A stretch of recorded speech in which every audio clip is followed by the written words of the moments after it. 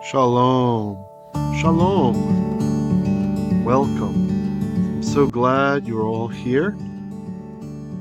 Today we will be continuing here at Hebrew Literacy our directed Hebrew immersion of the book of Qoheleth, commonly known as Ecclesiastes. We will be picking up with chapter 2, verse 15. So hopefully you all will enjoy this as I do. The wisdom literature is absolutely wonderful. I love the language that's used, often poetic, very thoughtful and deep. And don't be discouraged if it feels a bit difficult at times. It can be. Qoheleth isn't usually that bad. Mishlei is much more difficult, but still, there are some things in here that help to date the time when this was written as well, so that's very nice to see. And I think you'll enjoy it. Today, just glancing at the verse in front of us, you might notice we're going to have a emphatic pronoun. So for whoever the topic indexer is who volunteers to do the subject index with time codes, you might want to make note and get ready for that. The emphatic pronoun is going to be a topic. All right, I'd just like to say a prayer real quickly. Avinu Malkeinu, our Father and our King, as we continue through in the month of Elul right now, may it be your will that swimming in your scripture will provoke introspection in our lives, that we may find the chaff and remove it, that we might cut off the edges to be more like a well-prepared gem for you, that we might make our bodies in a state to be complete and acceptable sacrifices. May you bless all of my students, Abba. Fill their hearts with praise and their lips with wonder. May you direct their learning and give them supernatural memory. Please, Abba. Help them to see the beauty that is Lashon HaKodesh, your holy tongue, which you yourself used to create the universe. In all of things, we give you praise and glory, and we ask you not from our own valor or our own righteousness, our own justice, but by the merit of the one called Yeshua HaMashiach, or Yeshua HaNotri. All right, so let's go. Qoheleth, chapter 2, verse 15. Ve'amarti ani. Or with our tonal reading, Ve'amarti ani. So amar, we know, is to say. The ti is the ending of a perfect verb when we want it to say I.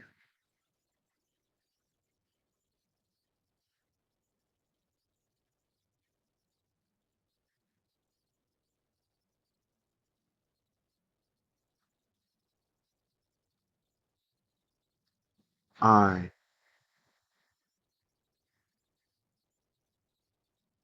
And then we have, after that, is the word ani. Well, actually, let me back up for a sec. So amati, that would mean I said.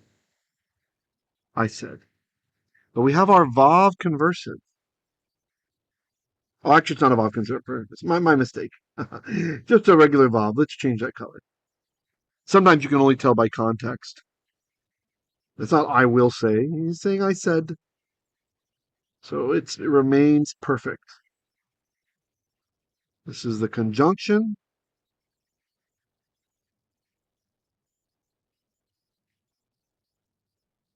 It can have the meaning of and, but, or, when, if, then, among others.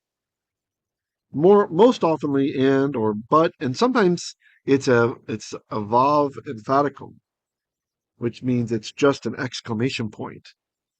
So this is not as often taught or realized. Ve'amarti, so, I'm going to say so So that wasn't one I listed, was it? But it feels like a so here. So amakti, said I. Ani. Ani also means I. So what have we got here? Usually I use magenta not only for this purpose, but when I'm marking something emphatic, like when there's a strong expression, I use this magenta color, that kind of pseudo hot pink. By the way, this is being recorded in 4K UHD ultra high definition video. So if you have a high definition device, I mean a very high definition device, high resolution, like a nice big smart TV, or maybe even your personal device is 4K or 2.8K or 1440p, those resolutions are available. If it's not available at the time of the premiere, that's just a YouTube issue. That it'll take them a few more hours. Come back and check later, and it should be available in your resolution. All right. So said I. See, that's what it says. Say I. So we have to do something with the emphatic pronoun here. Usually you can render it as self, or like to self, or like I myself said, or you can just strengthen it like indeed I said. So ve'amarti ani. So this could even be a verb emphaticum. Indeed, probably indeed. I'm going to use the emphasis from the ani here. I'm going to say indeed said I. Indeed I said be li bi. Using our tonal reading, be li bi. The bait is an inseparable preposition.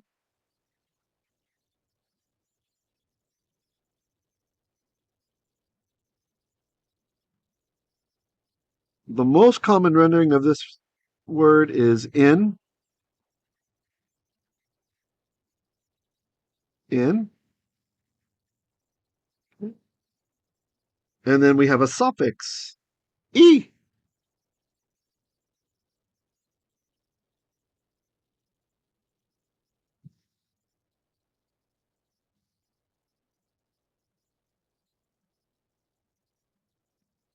Oops. The Zoom acts a little strangely sometimes. It's trying to get it all in there. Oh, fine. We'll just focus on what we're looking at. Be in lib e. That's the lave or the levav. Why we have the dagesh there. There's two vavs. In levav or lev, heart of e. Me, in my heart.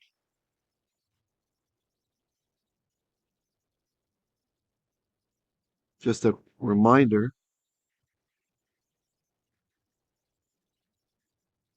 Oi, nope, not there yet.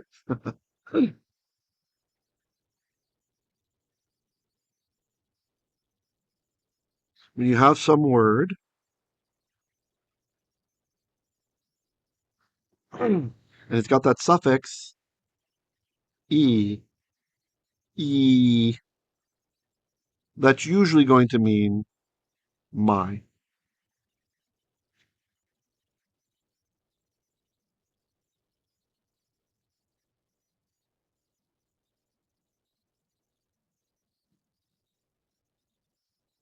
These are called, this is called a pronominal suffix. Pronominal, if you want to consult the Prophet Google about those.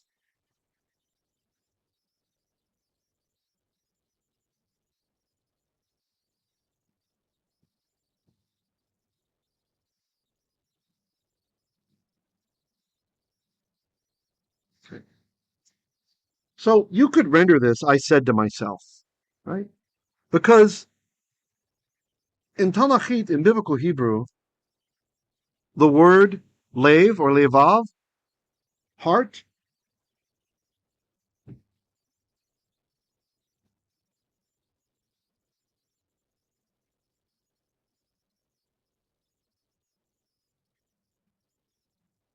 lev, or you'll also see it as levav.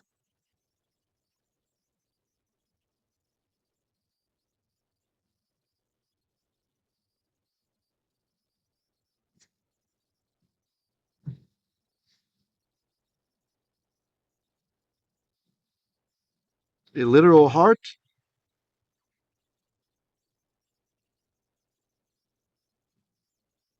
means mind.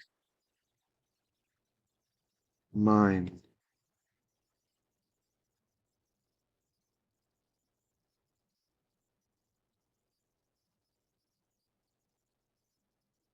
Almost always. Almost always. Mind.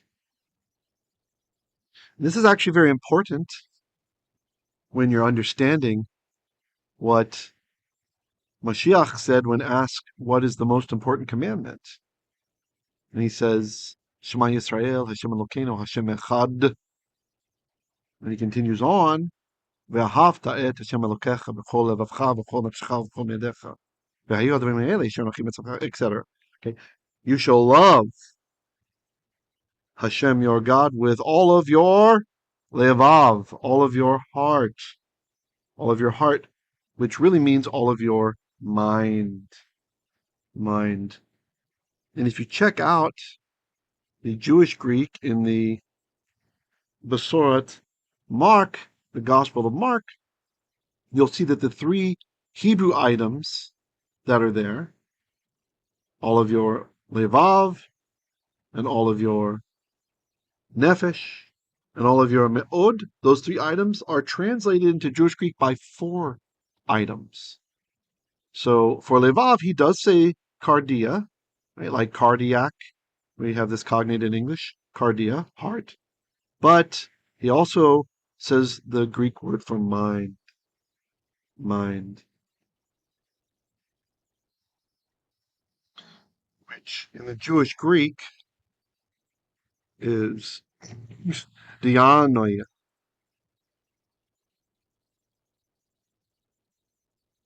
For those who care about this. If not, just ignore it.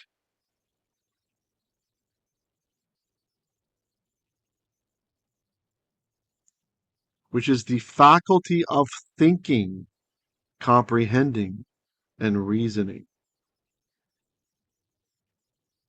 Understanding, intelligence, mind. In fact, the BDAG entry lists at the very top dianoia, and it says in the Septuagint, nearly always for, and then they list the Hebrew words, lev, levav. Oops, I didn't point those for you. Sure.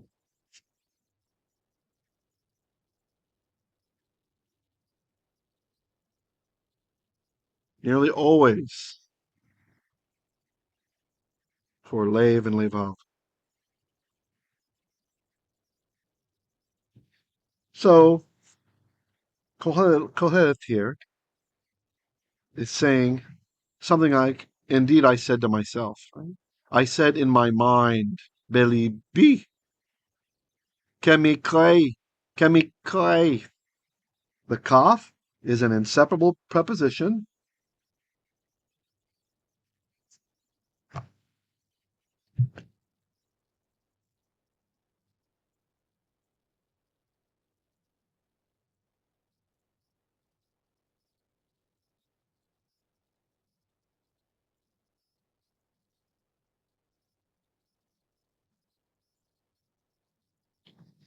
Meaning like or as, usually.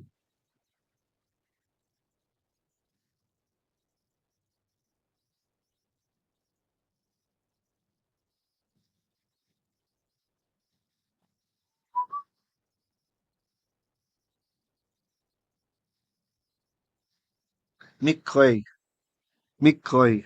Now, we talked about this one last time. Miklei is like a fate, something like fate.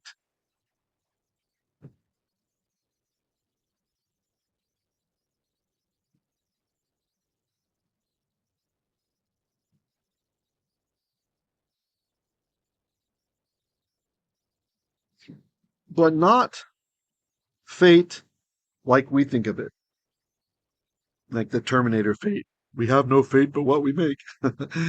It's actually more like that. He doesn't mean the esoteric concept of fate like Orthodox Islam teaches, for example, that everything is predestined by Allah, and if you're a sinner, it's because He wanted you to be a sinner. He created you to be a sinner. That's not what this is saying. or like some forms of Calvinism teach. Instead, the fate that Qoheleth is imagining is we cannot escape death. In his time, he's focusing on no matter the riches, no matter the wisdom, no matter what we have, he's saying to himself, Kemikrai, like fate, and this is a construct change, so fate of something, fate of, it's marking the construct chain, ha kasir. Ha meaning the,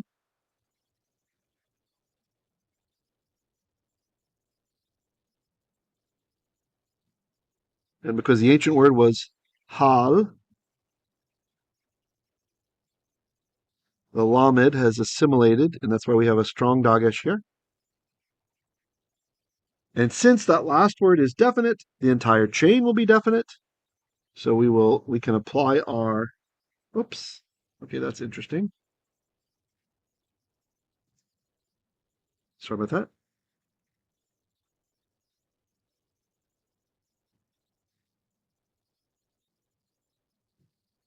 We can apply the definiteness from that ha to the first word in the chain as well. Ha, meaning the. Sorry if that's a bit small. I will zoom. Okay. So, like ha is coming over here, the mikre, the fate, and then because it's a construct chain, we need to say of the kesir.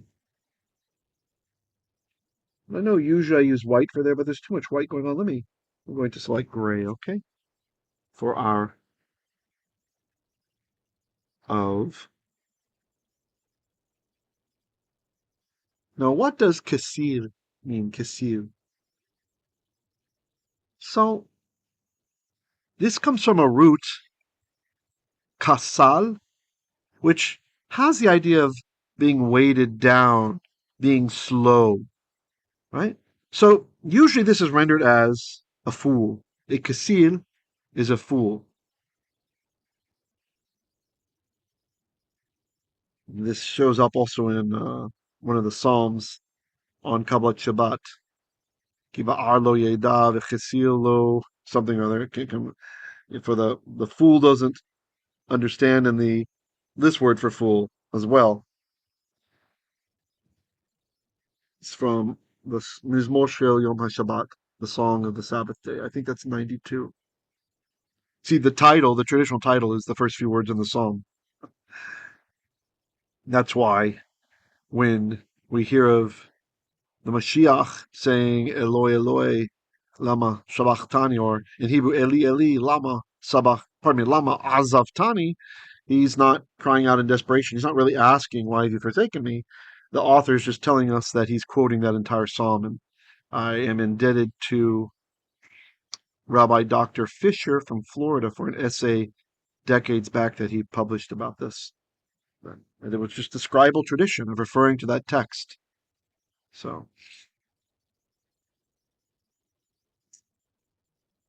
Kasal, so really he's a fool, but it's more like a slow one, like he's slow. Kesel is foolishness, right? Another word we have from this. Although we have kisla, which is like boldness. Sometimes it can be in a positive sense even. But usually kasil is negative. He's he's slow. He doesn't realize what he doesn't know. That's the kasil. And is unwilling to learn because he thinks he knows better than everybody else. So far, ve'amarti ani belibi. So, indeed, I said to myself, I thought to myself, I said in my heart, Kemikai hakasir, so this is the quote, what he's saying, like the fate of the kasil, gam, also ani, also I. And you might notice how he's skillfully weaving together these different sections with ani in certain punctuated places, and then finally using ze instead later to be more abstract. Gam ani, also or indeed I, or indeed myself. Why am I translating this emphatically? Because the next verb has a ni at the end.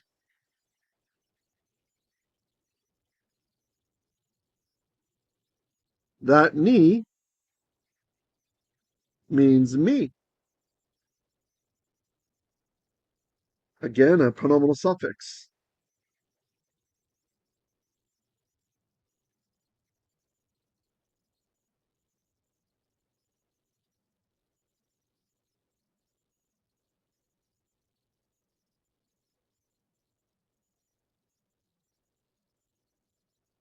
Try to make that more visible. And here we have, it's actually yuk, yuk, reini, yuk, reini. The verb is kara, the same root as mikre over here, as fate. Kara, the root kara, it ends in hey and the hey's gone away, right? So the root is actually, I will write it over here to the right, kuf or kof, depending how you like to say that, resh, and hey. And unfortunately, our hay has gone away, targeted for destruction. Laser pointer on him. So we're only left with these two letters from the three-letter root.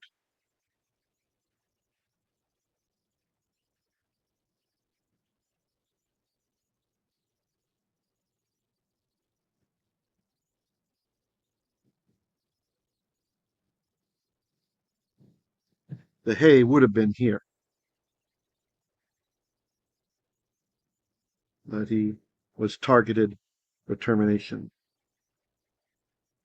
Sorry, I rewatched the Terminator movie from 1984 recently. Got Terminator on the mind. The yod, that's the third person singular, he or it.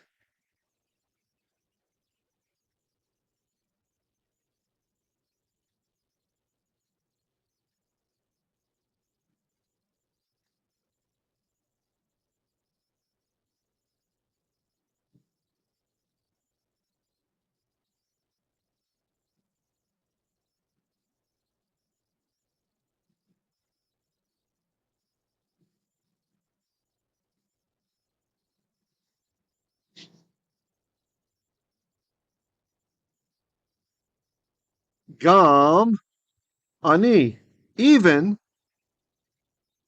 or surely, indeed, yikreni, it will happen to me. So this is how we can scope the meaning of fate here, that it's not some kind of large scale, Allah made me do it sort of thing, but it's actually death. He's poetically referring to death. Because surely he's not going to claim that the fate of a wise man who pens at least one book of the Bible has the same fate as a kasil. What he means is yikareni, it will happen to me, I will die. And he's doing a nice little play on words here by using a verb with the same root as this noun, mikre. And just to kind of highlight how important this is for the poetic feeling to it, in your native language, let's just say it's English, oftentimes we will use words that have the same underlying root, but we're not really necessarily conscious that we're using those words in proximity. You don't stop and think, oh, that's the same root as that thing, right? It's just your native language. So this took some level of effort for Qoheleth to choose and select these words. There are other words he could have used. I mean, the more common word probably would have been goral to use, like goral, like a lot, like your lot, right? Although that could also have more specific about your life, how your life goes. A lot, like when they would play lots. like they did for Yeshua's clothing. A goral, that's a goral, which also has the idea of like destiny or fate, like your lot in life. Velama chachamti ani. You have again the ani. Oh yeah, I didn't mark. Let me mark it as emphatic.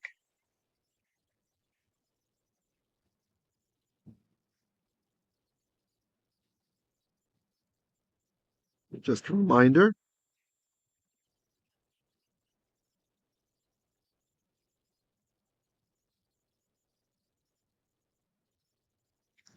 This is how I use this color, unless I'm just trying to draw something out. It's emphatic.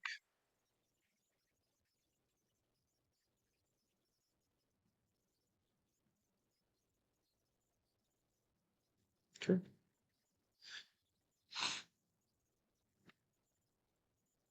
Velama. The and or so.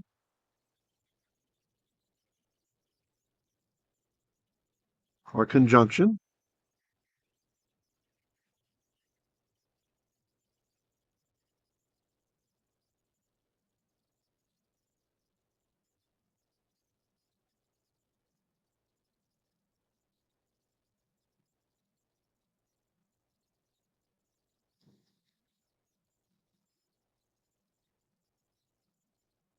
Wish I'd written it a bit neater. Oh well. The so lama. Why? This is composed from le ma. For what? Chacham tu. Chacham tu. So the tu at the end, the t at the end, remember that tells us it's I.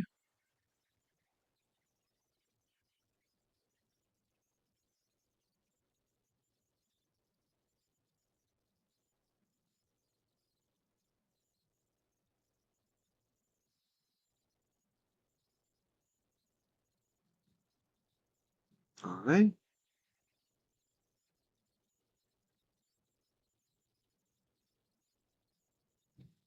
Chacham.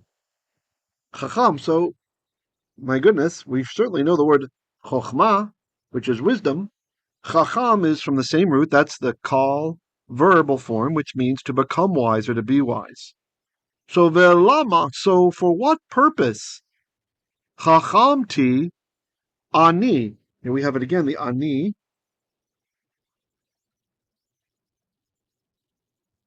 emphatic pronoun ani.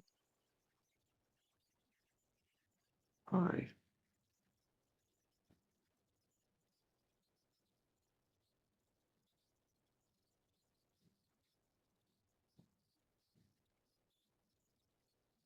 I became wise. I. So for what purpose have I myself become wise? As yotel.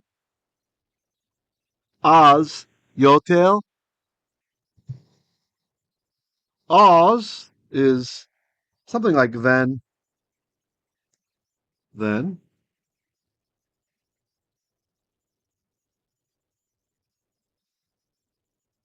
Then. Yotel. Yotel. Now, yotel, we've seen before, it's from the verbal root yatal, yod, tav, resh, if you're just listening, which means to be excess, to be extra. It can have the idea of to be left over. This is where we get the name of one of Moses's fathers-in-law's name, Yithro. Yithro. It's the yether of, his yether, his excess, but really can have the idea, it can have the nuance of like the creme de la creme, the best, like his best, right? He's perhaps his father's best or Hashem's best, Yithro. Yoter means an excess, an excess, or more. This word survived even into modern Hebrew dialect.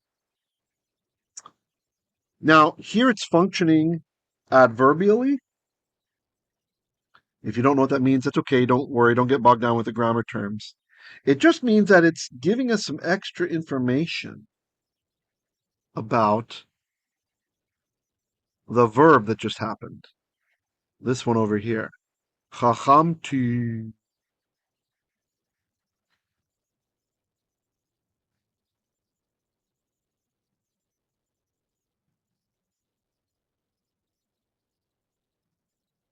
They're related.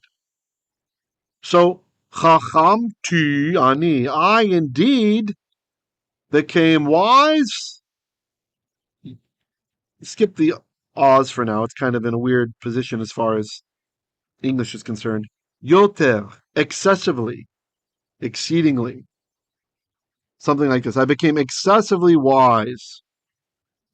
Now, it's worth noting, this is what I was just checking out.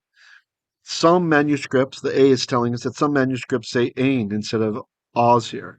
So, like, there is no excess or without excess. So, that's interesting. That would change the meaning quite a bit. But I don't think that really works so well for him saying, if we're both going to die anyway, then for what purpose? Like, why would he say, for what purpose did I become restrictively wise? So, vilama, so lama, for what purpose? Chacham ti ani, az yoter. For what purpose have I become exceedingly wise, excessively wise? Excessively, I think, fits better.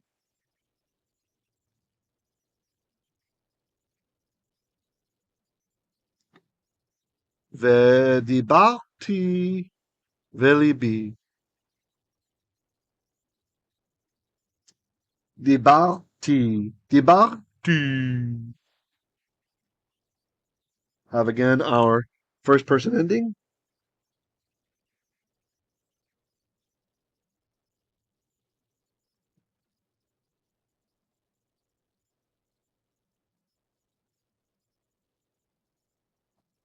I.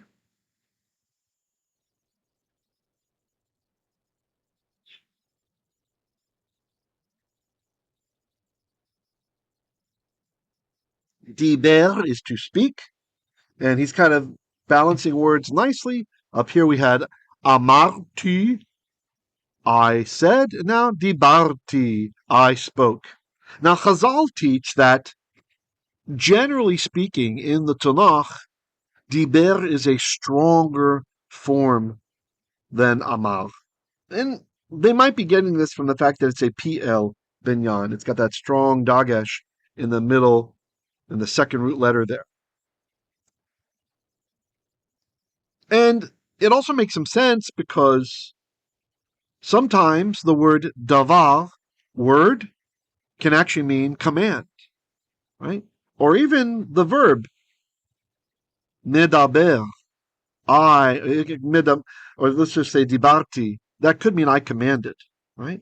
Or you're speaking about something very important. It's not always there, but the sages have noticed that we do have this nuance sometimes.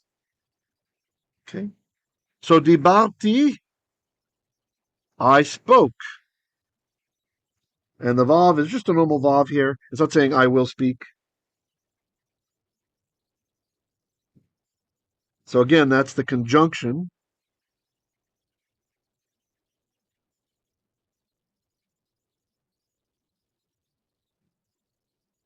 Interesting. There's a dead space there. Huh.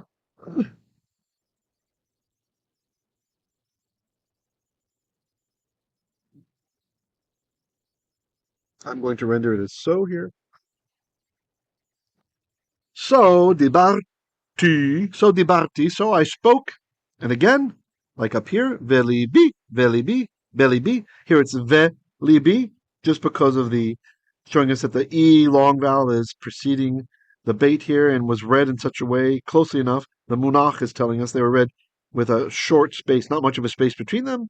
So because of the begad kefat rule, we lose the weak dagesh here. So that's why up here you have ani velibi. Notice it's be because of this accent mark. It's showing us that they weren't read super closely together. There's a bit of a breath, so he gets to keep his weak dagesh. And down here, the munach is telling us he's read closely together with this one, if this matters to you. I'm only mentioning this for the advanced students or just people who like to know everything about the language, to have something for everybody.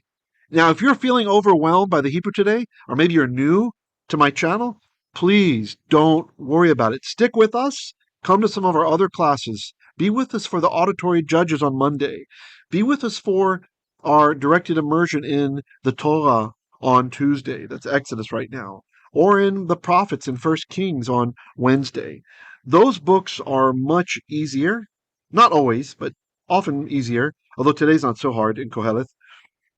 But there's just different variances, different levels of difficulty throughout the sacred text. Okay, so you're in the Word. Keep in mind that you are in the Word. Yes, if we'd been doing this in English, we could have covered a whole chapter, although that might not be advisable with wisdom literature. And yes, it's only one verse we're probably going to cover today. But still, look at the beauty of it. Allow yourself a moment to admire the majesty of the sacred writing. Even if you only get a couple of things right now, if you do a little bit every day, if you say you don't have to rush yourself, give yourself the next 5 years. Every day, watch one of these videos. Go through the Hebrew text with directed immersion and try to learn at least one thing. Even if you don't understand anything except you get one new word or one new pattern that happens, which is oftentimes referred to as grammatical concept, just one thing. If you go 5 years and you do one new thing every day that you're learning and remembering, you're going to be so fluid in much of the Hebrew text. It's going to be a wonderful experience for you. So, a lot of people in this kind of nano culture time, the era in which we live, they want it all, they want it right now. I've already had many students who just in the course of 1 year have felt amazing expansion. That might not be you. Maybe it takes a bit longer for you. That's fine. Give it 5 years. Give it 5 years and see where you're at. But stick with it. Believe me, it's worth the sowing. It's worth the investing of your time for what you will reap. And the channel's free. What have you got to lose except, say, 30 minutes a day? Or even if you can only watch half of an immersion video, watch 15 minutes and then the next day watch 15 minutes.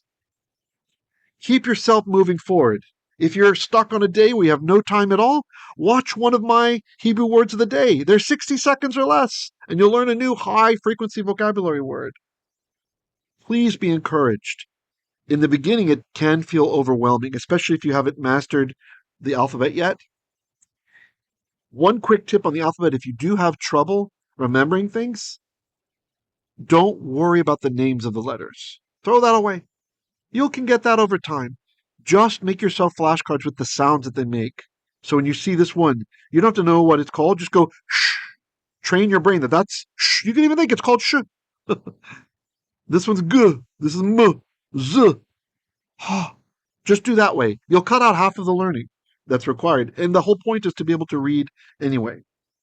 All right, continuing. Velibi, the same as we have up above. With or in.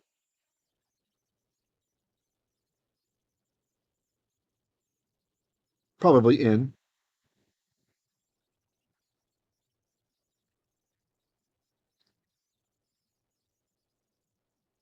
Lilevav, the heart. Or as I pointed out over here, mind, diaonioi, velibi, in the heart of E, of me.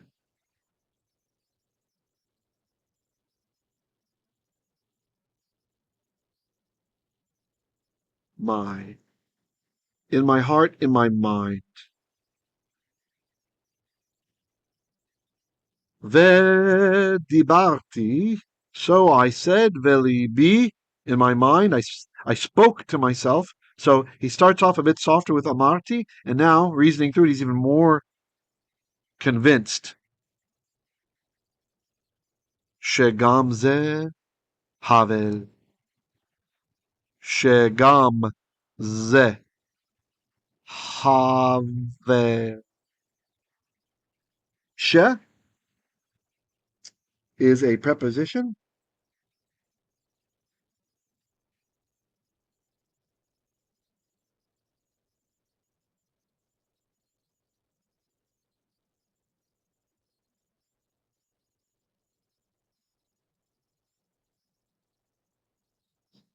which occurs in later biblical Hebrew, short for the word asher.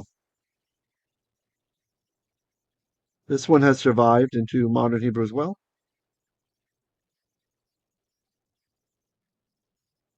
Asher, the relative pronoun, usually meaning who or which, but sometimes even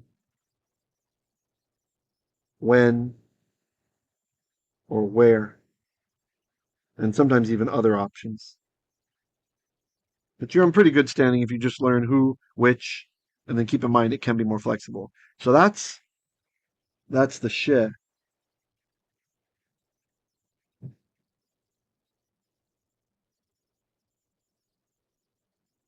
She gam. Gam we had over here.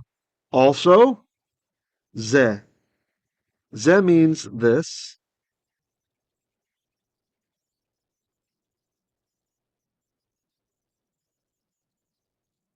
Havel.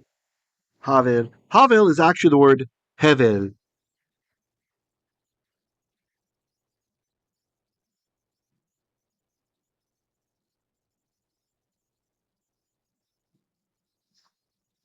Usually pointed segol, segol, hevel.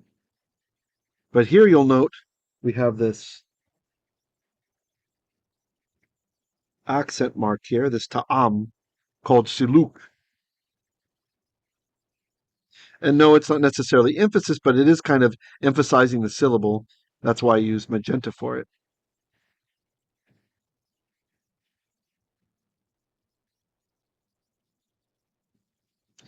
And suluk, if you have a short vowel, like segol is, it lengthens it to a longer vowel, usually comets.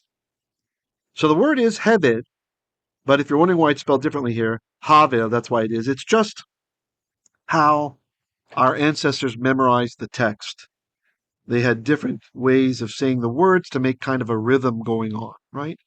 Kind of like a pseudo rap. And so that would help you to remember. Okay. Shegamze have. Have. All right, let's go through it one more time, and then I will let you guys go. By the way, let me turn on something here. If you like what we do here, please consider going to my Patreon page. That's patreon.com. You can put it in any web browser.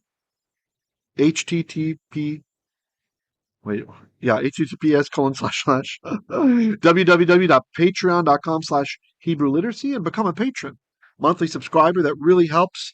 This is how I feed my family. That also plus tithes from our congregation over here in the Philippines, here at Congregation Simchat Hashem. And it's much appreciated. It also helps us to do more projects, to do more things, to get and improve our equipment, which we're always trying to improve. If you look at the stuff I did 5 years ago compared to now, we've really grown in the presentation. And a special thanks to Zakan Daniel for encouraging me to do colors and make slides and stuff. I used to just teach like with a whiteboard, just drawing on the whiteboard, you know, or if it was Shabbat, I would just have a legal size piece of paper with bullet points and topics for me to remember, and then like a Tanakh in my hand, and that's how I would do the drashot, the sermons. And he's an artistic type, and he was like, "Why don't you ever, do PowerPoint or you make it look pretty?" And that challenged me. Thank you for that lovely rebuke, Zach and Daniel. May God bless you many times over for the improvement that has caused by kind of shaming me to to make the presentations better. So, all right, let's look through. Boom. So, anybody over here in the Philippines who knows Daniel, make sure to give him a thank you if you enjoy my visual aspects of teaching. I mean, we use color markers on the whiteboard. I like that, but and then I finally got a black whiteboard so the colors would pop. I really liked it. So, all right, here we go. Ve'amarti ani. So or then I indeed said, or I myself said, and it's kind of hard sometimes to bring that emphasis across. I said, Billy B, in my mind, literally in my heart. And now what's he going to say? Let me zoom out a little bit so you can see the notes if you want those. Kemikai Hakasir. Like the fate of the Kasil, the fool, the slow one. Gam ani yekaini. Indeed, it's going to happen to me. So I'm just doing the emphasis from ani with my voice, okay? Velama. So why? For what purpose? Zachim. Lanashich ruskich gavrashich. Chacham ti ani. Az yoter. Have I indeed become excessively wise? It's kind of hard to jump which word to which when we're doing that. The whole phrase kind of goes together. Chachamti ani az yoter. I became wise, even I, then exceedingly.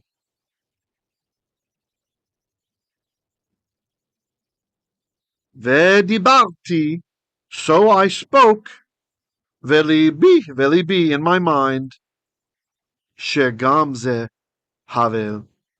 That indeed this, and the feeling is more like also here, right? That because the shegam, how do we break that apart?